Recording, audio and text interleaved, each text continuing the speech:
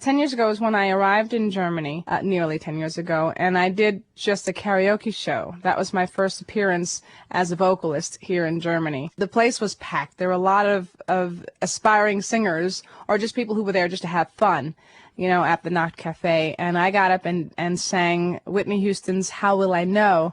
And I had my red dress on and red shoes. I was trying to look cute, like a real singer.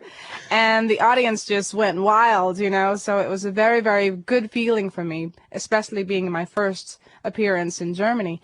And from that point on, I got contacts from local musicians who had bands and often were looking for singers. And so I said, yeah, give me a call. I'm new in town. I want to start working. And that's exactly what happened. Ein bisschen. Ich habe mit meinen Freunden gesprochen und ich habe Kassetten gehört zum Deutsch lernen, ja, aber meine Deutsch ist noch nicht perfekt. Ich kann nur Kinderdeutsch sprechen. Heartbeat, to me, it means that we don't have to search the world wide over for love. You know, it's oftentimes right around us if we would just open our eyes, open our hearts, and accept it and not run from it, not hide from it, not deny it, you know what I mean? Which I think we do a lot of times. We're so scared that we're going to get hurt that we close ourselves off. And that's what love is. That's what to me, that's what the message is in Heartbeat. It was on a website called Black Voices. People are able to put up a profile with a picture. And one night I was bored, so I was just browsing the internet, and I knew about this site, and checked out the pictures, and Christian had just a very nice, handsome picture of him in a tuxedo, and he was standing taller than the door frame. So I knew, oh, tall guy, you know. Then I read in his profile that he loved water sports, including cliff diving. And that's exactly what I thought. My eyes, I'm like, what? Cliff diving? This guy must not be, you know, must not have all upstairs. So I just wrote him a friendly little letter about that. You know, I'm like, really? Do you really jump off of cliffs? You know, are you a thrill seeker like that? And then he wrote me back a friendly letter just saying, yeah, I'm from Hawaii. My father always took me and my brother out to the water, and we did lots of water sports, surfing, boogie boarding, jumping off of cliffs and rocks or whatever, you know, and he just loves the water.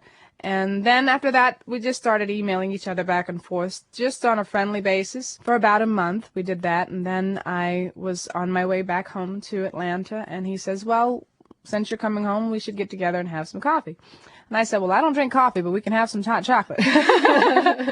And so we did. We got together, and he took me to a rib shack. We had barbecued ribs at this, and there was a blues band there that was very good, but very loud because it was a small place, and we were yelling at each other across the table. I noticed right away that he was just such a kind person, had a kind spirit, a big heart. He was a perfect gentleman, just a nice guy, you know. So we got together a couple of times while I was home.